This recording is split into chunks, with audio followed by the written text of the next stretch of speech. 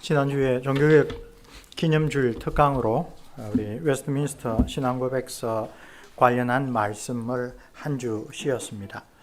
오늘 다시 순서에 따라서 웨스트민스터 신앙고백서 26장 성도의 교통에 관하여 첫 세 구절을 오늘 빌립보서 4장과 관련하여 살펴보려고 합니다. 우선 한번 같이 읽어보시죠. 성도의 교통에 관하여 첫째 같이 읽습니다. 모든 성도는 성령으로 말미암아 그들의 머리이신 그리스도에게 연합된다.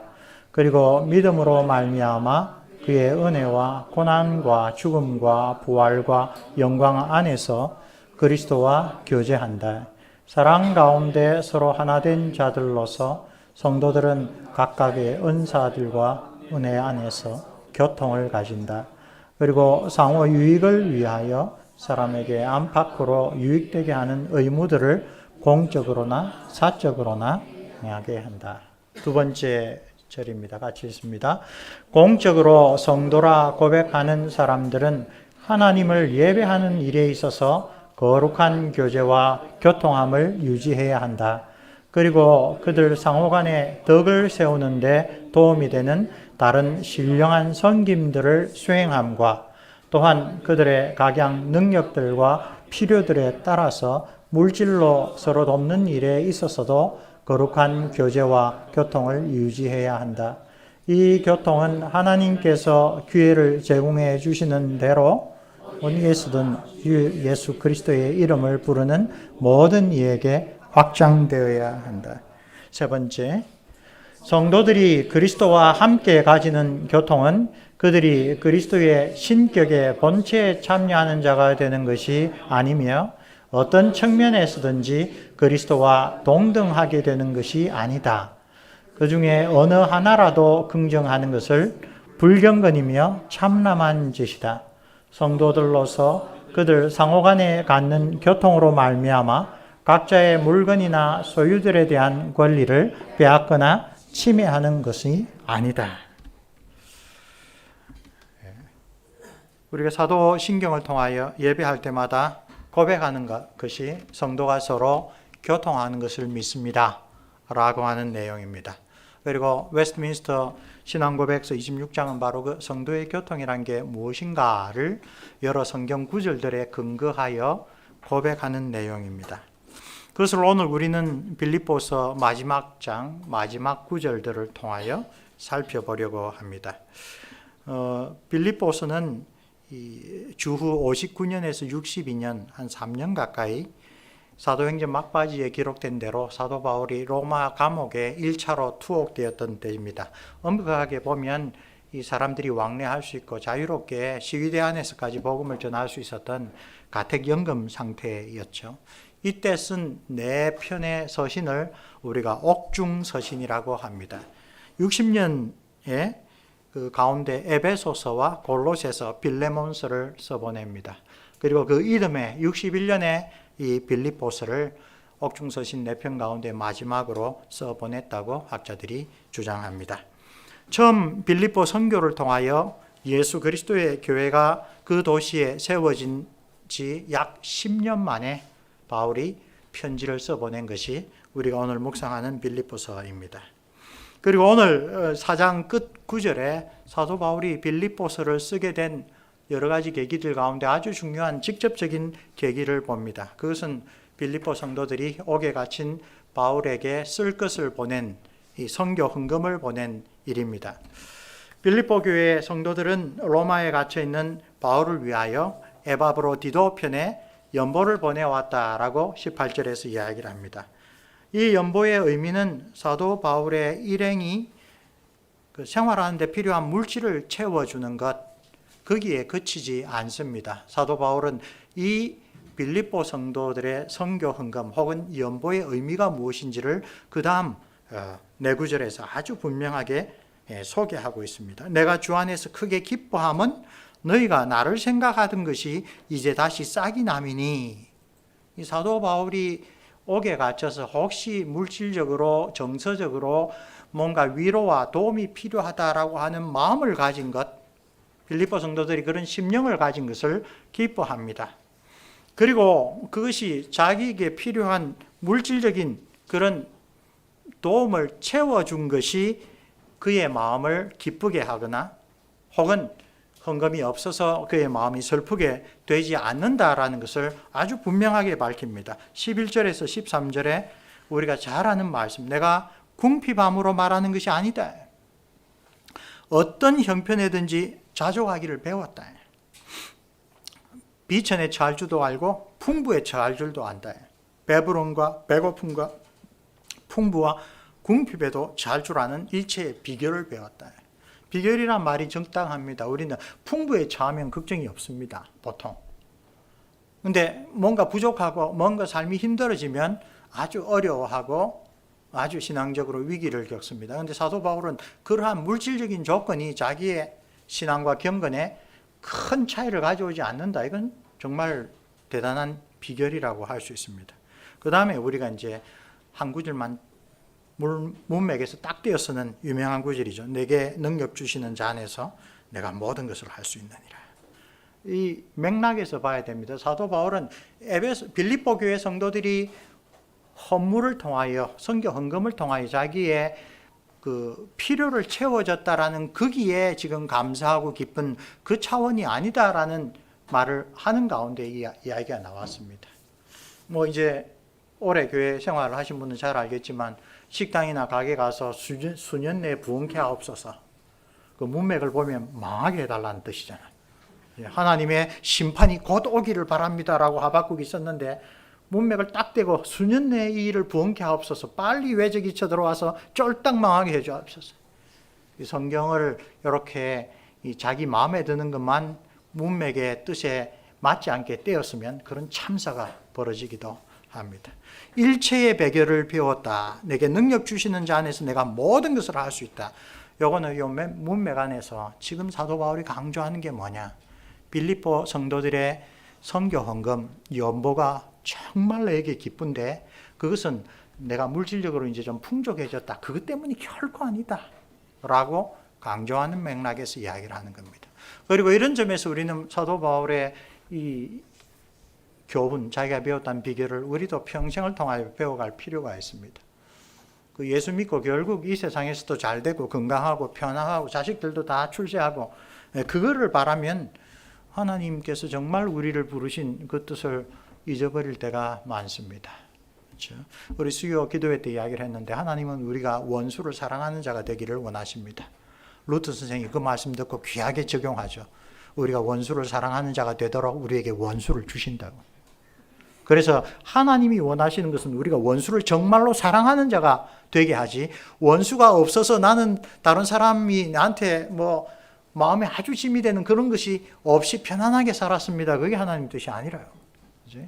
사도 바울이 여기서 정말 내게 능력 주시는 자 안에서 내가 모든 것을 할 수 있느니라 라고 할 때에 물질적인 풍성함, 물질적인 부족함이 하나님 앞에서 내가 영생의 삶을 사는데 큰 지장이 되지 않는다. 그게 큰 요소가 아니다. 그런 은혜를, 그런 능력을, 그런 비결을 내가 배웠다고 이야기를 하는 것입니다. 사도 바울이 따라서 빌립보 성도들의 연보에 대하여 정말로 기뻐하는 것은 그 연보라고 하는 하나의 계기를 통하여 빌립보 성도들이 보여준 성도가 서로 교통함이라고 하는 참된 경건의 열매 때문이었습니다. 그게 그 다음 구절에서도 뚜렷하게 나타나죠. 그러나 너희가 내 괴로움에 함께 참여하였으니 잘하였도다.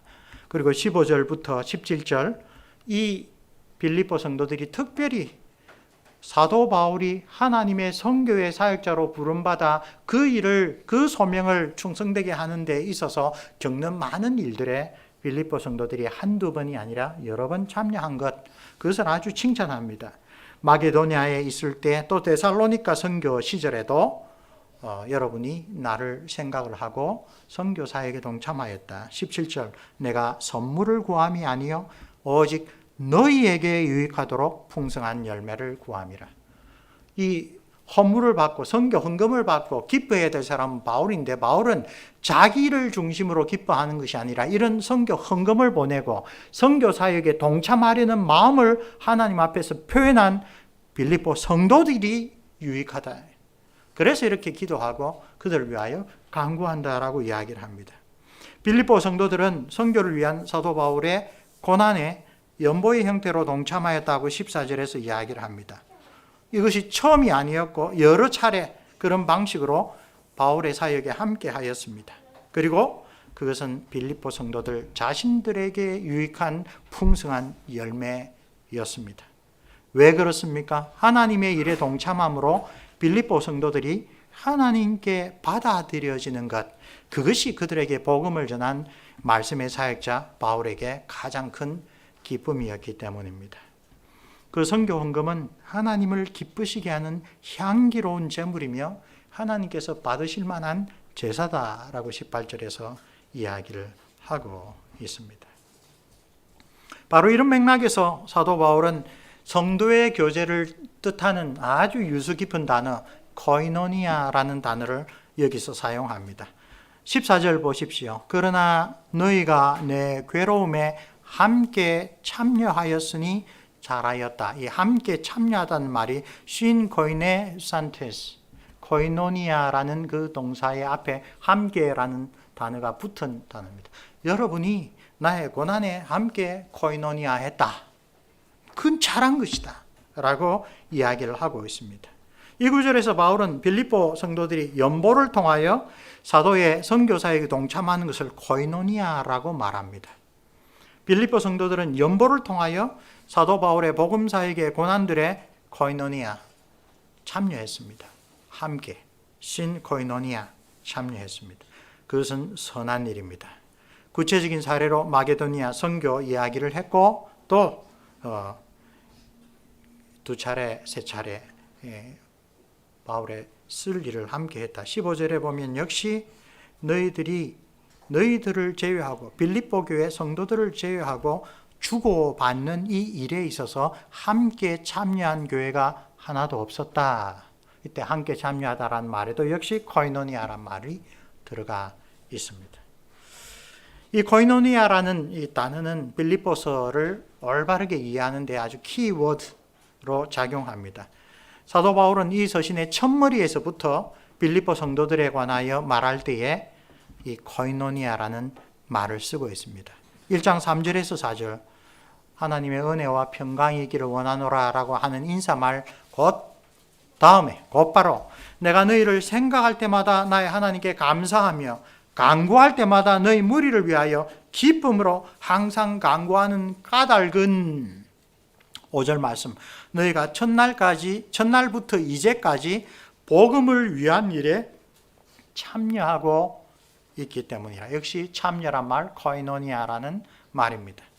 하나님의 은혜로 빌립보 교회가 성장하여서 사도 바울이 빌립보 성도들의 소식을 에바브로 디도편에 듣고 그 사람들을 생각할 때마다 하나님께 대한 감사함과 그들 위하여 기도할 때마다 그 마음에 기쁨이 있는 까닭이 무엇입니까? 이들이 첫날부터 이제까지 복음의 사역에 사도 바울의 그 복음 사역에 코이노니아 성도의 교제로 동참하고 있다.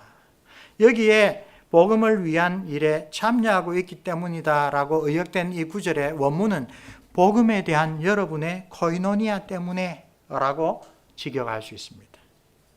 바로 이 구절에서 코이노니아라는 단어가 우리가 혹시 알고 있는 기존의 개념보다 훨씬 폭넓고 깊은 의미로 사용되는 것을 볼 수가 있습니다. NIV 성경에는 이것을 단어를 because of your partnership in the gospel, 복음에 대한 여러분의 파트너십 때문이다 라고 이야기를 합니다. 자, 한번 돌아봅시다. 헬라어 코이노니아는 일반적으로 번역할 때 fellowship, 교제를 뜻합니다. 비교적 직역으로 유명한 킹 제임스 버전에서는 fellowship이라는 단어로 일관되게 코이노니아를 번역합니다.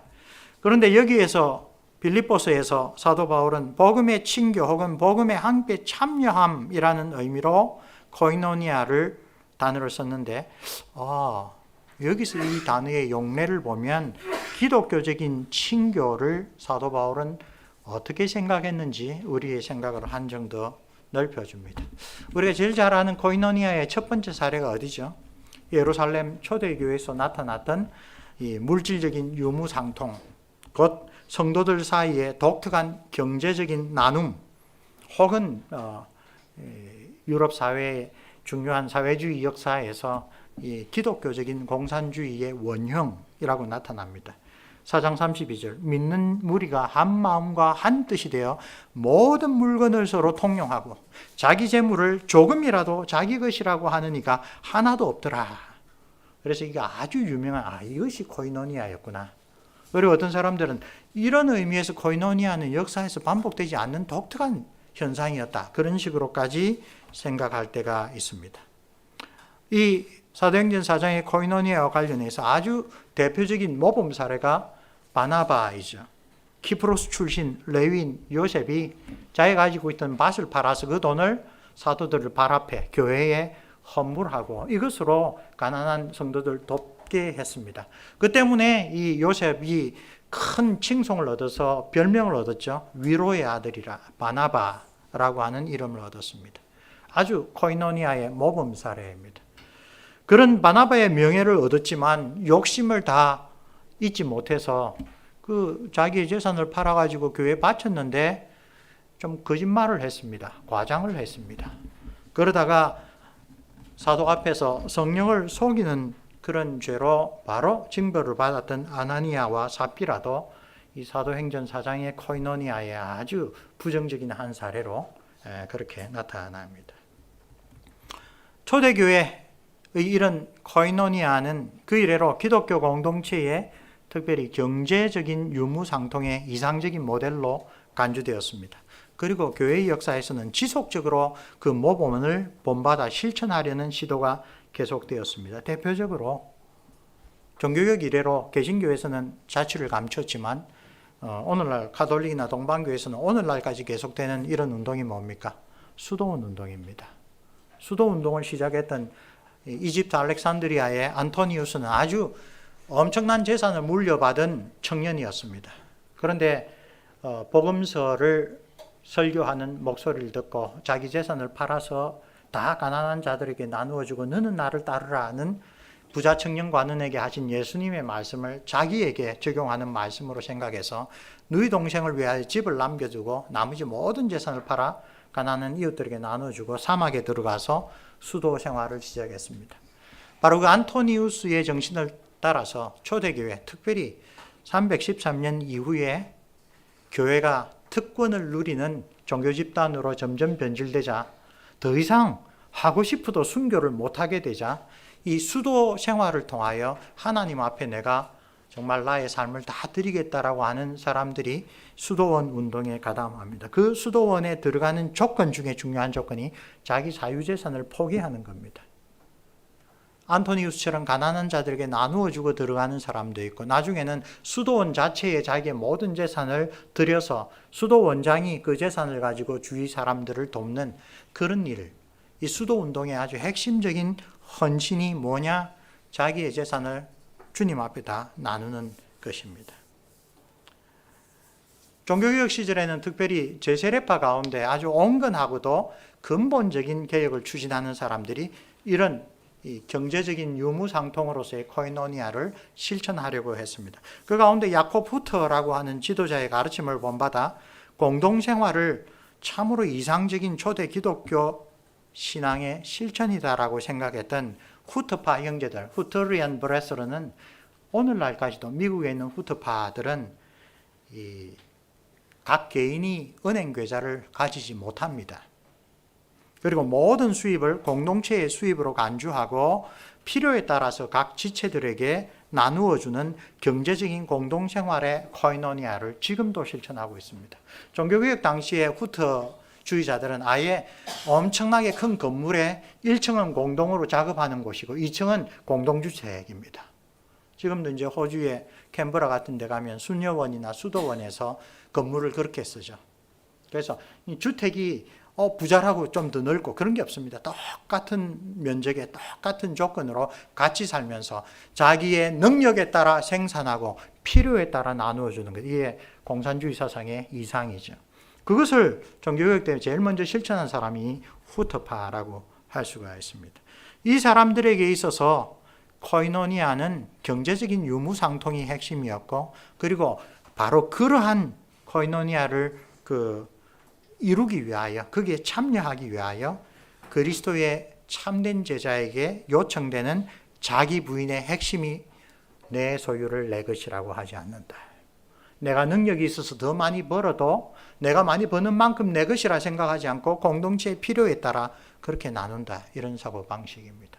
세상 안에서는 참으로 견디기 힘든 것이죠. 문제는 이것이 자발적인 신앙의 헌신으로 이루어지면 상관없습니다. 오늘 우리 세 번째 조항을 다시 한번 봅시다. 웨스트민스터 신앙고백서 26장 3절은 문제로 이렇게 사유재산권을 포기하는 것을 의무화하는 것은 성경의 가르침은 아니다라고 이야기를 합니다. 성도들 간의 교제는 각 사람의 소유권을 침해하지 않는다라고 26장 3절에서 이야기를 합니다. 그 중요한 근거가 아까 이야기했던 아나니아와 삽비라에게 사도 베드로가 한 말입니다. 이것을 팔기 전에도 이건 네 것이었다. 팔고 난 다음에도 네 것이었다. 누가 너에게 이걸 강제적으로 바치라고 한 게 없다. 하나님께 드리는 헌물은 자발적인 마음으로 나와야 되는데 너는 지금 욕심, 돈에 대한 욕심뿐만 아니라 명예에 대한 욕심이 가득하여서 성령을 속이고 교회 앞에서 자기의 명예를 얻기 위하여 판 것의 일부를 감춰두고서 이거 내가 다 바친 겁니다라고 거짓말하고 있다라고 언급을 하지요. 하나님 앞에 헌신의 실천으로서 후터파 형제들이나 수도원에 들어간 사람들은 그것이 자발적인 결단에 의한 것이고 우리 주께서 말씀하신 대로 독신서약과 같은 것도 하늘로부터 그런 은사를 받은 것이면 괜찮습니다. 그러나 이것을 하나의 규칙으로 모든 사람에게 규정할 때는 그것은 옳지 않다라고 우리 장로교회의 신앙고백서가 이야기를 하는 것입니다. 성경이 그것을 강제적으로 요구하는 것이 아니다 이야기를 하는 겁니다. 그렇다고 사유재산이 신성하다 그런 자본주의 논리를 성경에서 인정하는 것은 아닙니다. 하나님 앞에 바치는 것, 특별히 코이노니아를 통하여 형제를 위하여 섬기는 것, 그 동기는 항상 하나님께서 나에게 주신 사랑에 의하여 나타난 자발적인 것이 되어야 됩니다. 제가 시드니에서 10년 살면서 제가 섬기는 학교가 에큐메니컬 베이시스라서 한국에서는 이름도 듣지 못한 온갖 교회들을 만났습니다. 우리 신학교에 많으면 한 10개, 12개의 신학교들이 컨소시엄으로 모였는데 거기에 보면 동방정교회 신학자들이 있습니다. 시리아 정교회 신학자들도 있었고요. 그리고 이집트 그토록 오랫동안 그 이슬람의 치하에 있는데도 아직도 신앙을 지키는 이집트 민족주의 교회, 콥틱 교회도 있습니다. 함께 교수회의를 한다고 쭉 만나보면 그 같은 정교회 사람인데 어떤 사람은 결혼해서 아들이 있어요. 어떤 사람은 독신이에요. 그래서 한번 물어봤습니다. 그 교회는 성직자가 되는 것과 결혼은 아주 하나님의 말씀에 뭐라고 엄격하게 규정된 것이 없다. 그래서 자기가 독신의 은사를 받아 가정을 돌보는 일에서 좀 해방되어서 온전히 하나님의 일에 섬기겠다는 사람은 독신인 채로 이 서품을 받으면 평생 독신으로 살아갑니다. 근데 나는 그런 독신의 은사를 받지 못했는데 하나님의 일을 위하여 헌신하고 싶다. 그 사람은 서품을 받기 전에 결혼부터 합니다. 결혼한 상태로 성직자로 임명받으면 그 사람은 결혼한 상태로 가족을 이끌면서 하나님의 말씀을 전하고 교회를 수종드는 종이 됩니다.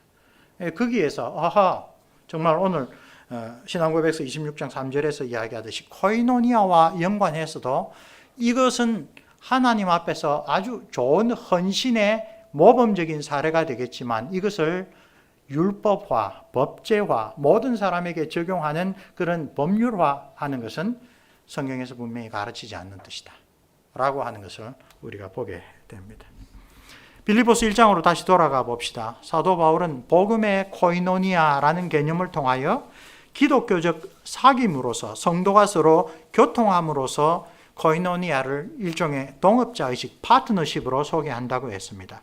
동업자의식은 보통 그 동업자들이 공통의 소유나 공통의 기업, 공통의 이해관계를 가지고 있을 때 생겨납니다. 이런 관점에서 볼 때 우리 모든 그리스도인들은 아주 의미심장한 공통의 소유, 공통의 이해관계를 가지고 있습니다. 1절 7절 한번 보십시오. 사도 바울은 그리스도인이 모두 하나님의 은혜에 함께 참여하고 있는 사람들이다. 이때 함께 참여하는 자 역시 코이노니아라는 단어에서 나왔습니다. 너희가, 빌립보 교회 성도들, 너희가 다 나와 함께 은혜에 참여한 자가 되었기 때문이다. 그렇죠?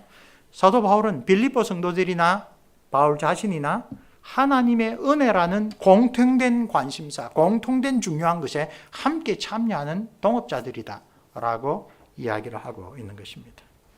빌립보 성도들은 하나님의 은혜에 바울과 함께 공동으로 참여한 자들로서, 따라서 사도 바울은 빌립보 성도들을 자신의 복음 사역의 파트너로 여기는 것을 당연하다고 생각합니다.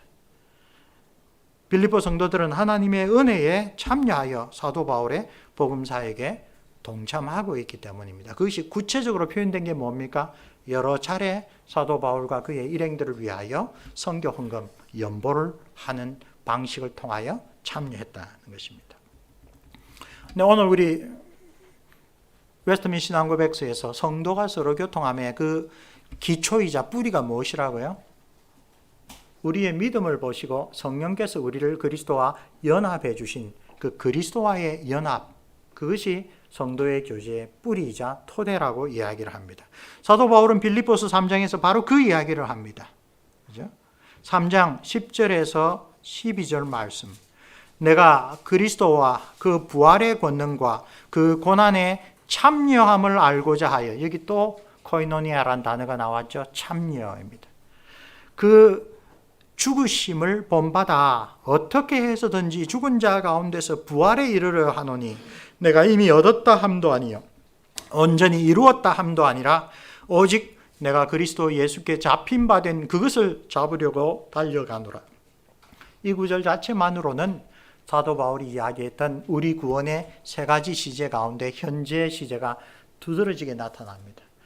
오전에도 묵상했지만 에베소서 2장을 보면 사도 바울은 우리가 이미 그리스도와 함께 죽은 가운데서 다시 살아났고 그리스도와 함께 하늘에 올라갔고 그리스도 안에서 하나님 우편에 앉았다라고 우리 구원이 이미 완성된 것으로도 소개합니다. 우리의 구원은 확실하다고 사도 바울이 여러 군데에서 이야기를 합니다. 그 확실한 근거는 예수 그리스도께서 성취하신 구속의 사역에 성령으로 말미암아 우리가 믿음을 통하여 연합되었다라는 그 근거에 있습니다. 근데 오늘 본문은 나는 아직 구원에 온전히 이루지 못했다. 그리스도께서 나를 꽉 잡아주시는 그것을 내가 얻으려고 지금도 노력하고 달려가고 있다. 구원의 현재 시제를 말합니다.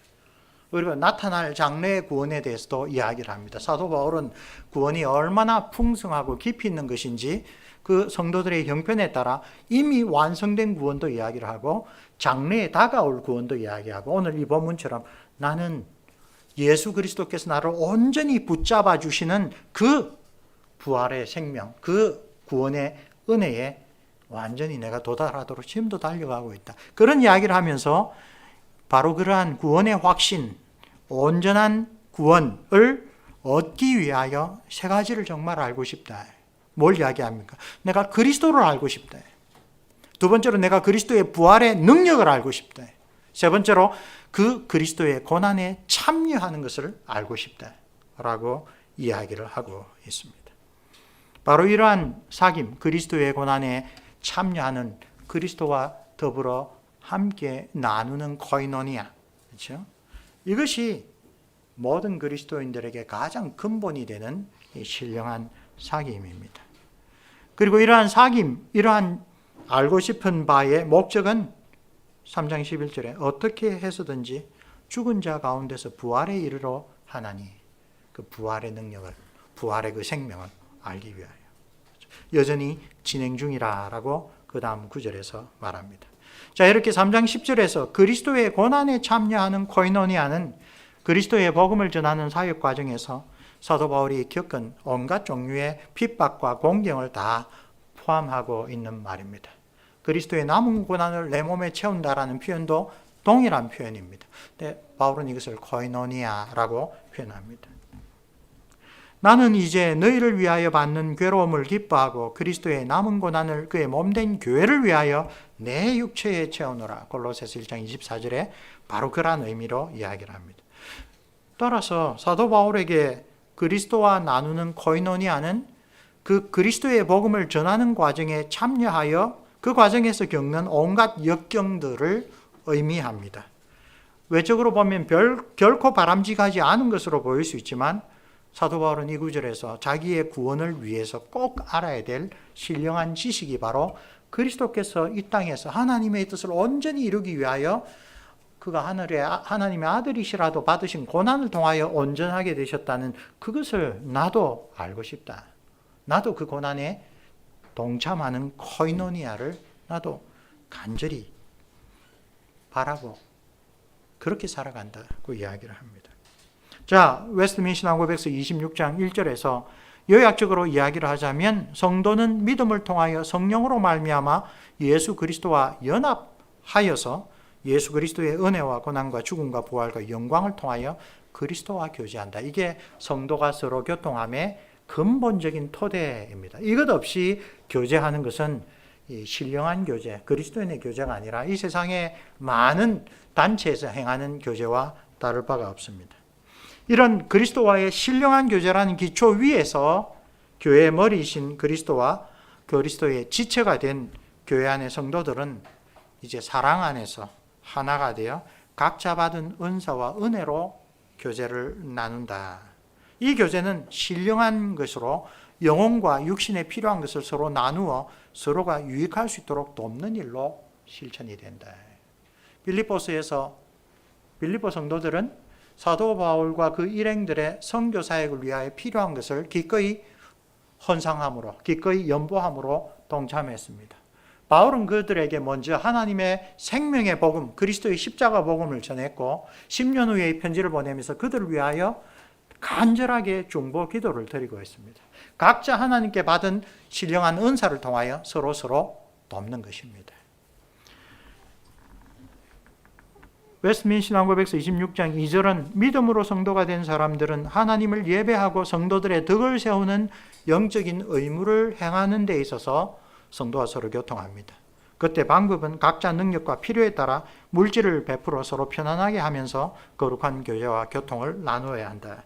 그리고 이런 성도의 코이노니아는 하나님께서 기회를 허락하시는 대로 모든 곳에서 주의 이름을 부르는 모든 사람들에게 확대되어야 된다. 교회가 점점 그 가운데 자라면, 그죠? 빌립보 교회는 혹시 사도 바울뿐만 아니라 다른 선교하는 사도들을 위하여 또 이러한 코이노니아를 베풀어 설 수도 있죠.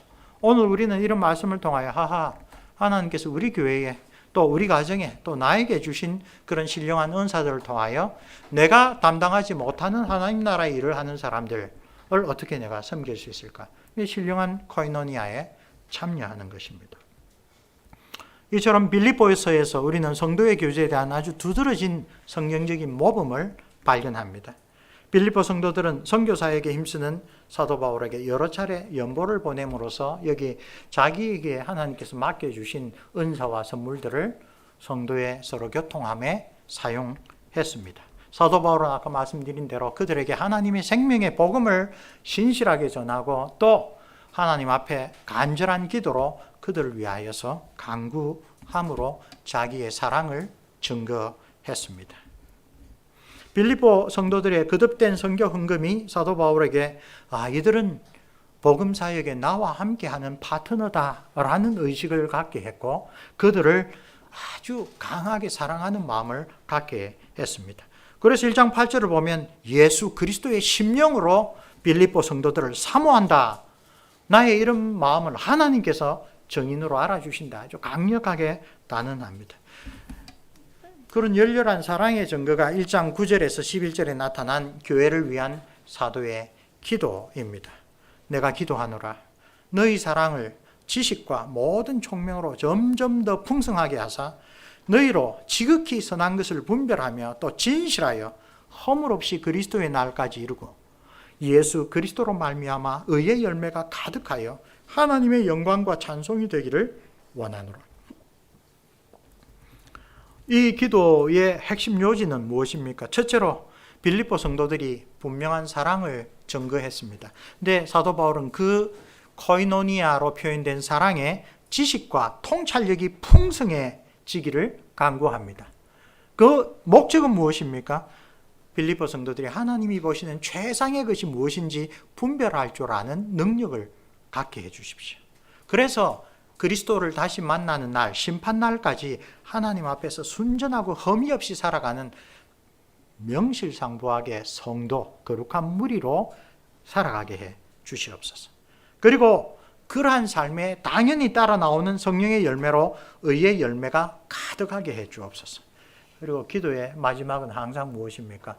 사도 바울은 우리 자신이 잘됨이 아니라 결국 하나님의 형상으로 지음받은 우리가 그리스도인이 가지는 인생의 목적을 항상 잊지 않습니다. 하나님께 영광과 찬송이 되는 삶을 살아가게 해 주옵소서. 사도 바울의 간구는 그가 하나님께로부터 받은 신령한 은사들을 그의 사랑하는 형제들 위하여 가장 잘 쓰는 그러한 모습을 보여줍니다. 그렇죠? 우리는 부족하여서 정말 기도해야 될 것들을 그렇게 알면서도 잘 기도하지 못할 때가 많고 심지어는 뭘 기도해야 될지도 잘 모르는 때가 많습니다. 사도 바울은 이 코이노니아 안에서 말씀의 사역자이자 그들을 위하여 열심히 기도해야 될 사람으로서 빌립보 성도들에게 꼭 필요한 하나님이 보시기에 가장 중요한 것이 무엇인지를 알고 그를 위하여 기도함으로써 이 사도와 교회 간의 코이노니아가 풍성하게 이루어지는 모습을 우리에게 보여주고 있습니다. 자, 사랑하는 성도 여러분, 오늘 본문에서 사도 바울이 우리에게 가르치는 복음의 코이노니아는 유독 빌립보 교회 성도들에게만 해당되는 것은 아니다라는 것을 우리는 누구나 잘 알 수 있습니다. 모든 시대에 하나님의 새로운 공동체, 주의 몸된 그리스도의 교회의 지체들이 된 참된 그리스도인들도 다 이런 코이노니아로 부름받습니다. 그리고 우리는 뜻을 모르고 혹시 많이 고백을 했을지는 몰라도 그것을 옳다고 믿고 예배 시간마다 성도가 서로 교통하는 것을 믿습니다라고 이야기를 합니다. 그 성도가 서로 교통하는 것을 믿는다라고 고백하는 우리에게 빌립보서는 그 교통은 이렇게 그리스도의 복음에 동참하는 일이다. 사역자는 사역자대로 또 일반 성도는 성도대로 각자 성령 하나님께서 자기에게 주신 여러 가지 은사들과 열매들과 달란트를 통하여 예수 그리스도의 십자가의 복음, 구원의 복음이 하나님의 영광이 온전히 드러나는 그날까지 어떻게 진행될 것인가. 나는 그 귀한 일에, 내가 가장 중요한 소명으로 부름받은 그 일에, 즉 하나님을 영화롭게 하는 바로 그 일에 어떤 식으로 성도들과 함께 참여할 수 있을까를 생각하게 해줍니다. 그러면 오늘 본문은 우리 보고 여러분도 성도의 교제에 코이노니아에 동참하십시오 라고 권유하는 메시지입니다. 그것을 우리 마음에 새겨야 합니다. 그리고 그 마음을 새긴다는 것은 이번 한 주간부터 시작하여 하나님 앞에 하나님, 저 자신이 지금 하나님의 은혜로 어떤 자리에 와 있는지를 다시 한번 돌아봅니다. 저에게 지혜와 총명을 주셔서 내가 정말 하나님을 사랑한다고 생각하는데 이 사랑이 주님께서 기뻐하시는 선한 열매를 맺는 일에 그 복음의 코이노니아에 아주 주께서 나에게 주신 것으로 참여하는 그러한 일로 열매 맺기를 바랍니다. 우리에게 그런 영적인 통찰력과 또 하나님의 최선이라고 생각하는 그 일을 깨달을 수 있는 그런 지각을 주십시오. 그래서 하나님 앞에 기도하는 그 순간에 하나님, 우리에게 남겨두신 이 시간 동안에 내가 할 수 있는 복음의 코이노니아는 무엇입니까? 내가 동참할 수 있는 성도의 교제는 무엇입니까? 그렇죠? 뭐 어떤 분에게는 수요 기도에 참석하는 것부터가 그런 코이노니아의 실천일 수도 있습니다. 코비드 동안에 시드니에서 아주 재미있는 일이 일어났습니다. 한 150명에서 200명 되는 주로 젊은 집사들이 중심이 되어서 새로 개척한 교회가 있습니다. 제가 몇 개월 동안 그 교회 수요 예배 집회를 인도하고 거기에 리더들과 함께 교제하고 마침 그때 개척한 젊은 목사님이 제 제자이기도 하고 많은 교제를 나누었는데 교회가 안정되고 새로운 목사님이 오셨는데 이 교회 위치가 성도들이 사는 곳에서 새벽기도 오기가 너무 힘들었습니다. 새벽기도 왔다가 하면 아이들, 호주엔 대부분 부모들이 초등학교 아이들은 집에 학교에 통과를 해줘야 되거든요. 픽업해줘야 되는 형편입니다. 그 시간이 안 맞는 겁니다. 그래가지고 아이고 어쩔 수 없다 하고 새벽기도에는 목사님, 사모님 이렇게 이제 모여가지고 뭐 하는데, 코비드가 오니까 새벽기도회가 활성화되었습니다. 어차피 못 모이는 것 줌으로 하자. 줌으로 새벽기도를 하니까 집에서 줌을 켜고 새벽기도에 참여하는 성도들이 생겨난 겁니다. 오히려 교회 집회에 방해되는 그런 환경이 도래했는데, 거꾸로 오히려 그런 일이 되니까 새로운 방도를 개척을 하고, 그 새로운 방도를 보니까 내가 내 홀로 기도하는 것보다 새벽기도 시간에 목사님 설교 듣고 교회 공동기도를 함께하고 그렇게 참여할 수 있겠네. 그래서 이제 놀라운 새로운 사례로 이 줌으로 하면 새벽기도회가 는다, 그런 사례가 생겨났습니다. 이 과천은혜교회도 수요기도회에 푸드키하게 참여하지 못한 분들을 위해서 줌으로 한번 송출을 해보시기를 바랍니다. 그러면 집에서라도, 혹시 퇴근하고 아직 뭐 도로에 있는데 퇴근 잠깐 멈추고 저녁에 어떻게든 성도들이 함께 마음을 모아 기도하는 것, 그 하나님께서 우리에게 주신 큰 축복이고 또 중요한 은혜의 수단이 됩니다. 그렇죠? 빌립보서에서 이 빌립보 성도들의 코이노니아는 헌금, 선교 헌금 혹은 연보로 드러났습니다. 그러나 오늘 우리가 배우듯이 웨스트민스터 대요리 신앙고백서가 이야기하듯이 이것은 풍성하게 확장될 수 있습니다. 각자 받은 은혜에 따라, 또 교회별로 하나님께서 특별히 그 교회를 통하여 행하신 일로, 우리가 안디옥 교회가 결국 선교의 중심지가 됐잖아요. 교회 발상은 예루살렘 교회였지만 또 교회마다 하나님께 주신 특별한 은사와 특별한 열매들이 있는 것입니다. 나에게 주신 은사, 곧 은사의 핵심 뭡니까? 내가 받았지만 형제를 위하여 쓰는 것, 그게 은사의 핵심입니다. 우리 가정에게, 나는 못했지만 우리 자녀들을 위하여 하나님 앞에 내가 서원하고, 우리 자녀들이 내가 정말 하고 싶었지만 못했던 하나님의 일을 하면 좋겠다, 그렇게 기도하는 것도 부모에게 훌륭한 코이노니아의 실천입니다. 더 나아가서 우리 교회에 내가 어떤 한 지체로서 교회의 필요들을 영적으로 민감하게 깨닫게 해주시고 깨우쳐 주시는 데 따라서 내가 할 수 있는 코이노니아가 뭔가, 그런 것들을 하나님께서 이번 한 주간 우리의 묵상 가운데 깨우쳐 주시기를 원합니다. 나아가서 이 교회가 한국 교회의 참 말씀을 따라 올바르게 개혁된 그 교회를 확립하는데 일조하려고 하는 그런 귀한 이 소명을 어떻게 하면 우리가 낙심치 않고 계속 꾸준하게 실천할 수 있을까?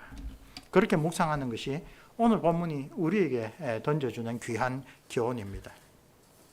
사도 바울이 말하는 이 복음의 코이노니아에 우리도 기꺼이 참여하기를 바랍니다. 그리고 그 일을 잘 감당하기 위하여 사도 바울이 교회를 위하여 드렸던 간구가 바로 나의 기도, 우리 자녀들을 위한 기도, 우리 교회를 위한 기도가 되어야 할 것입니다.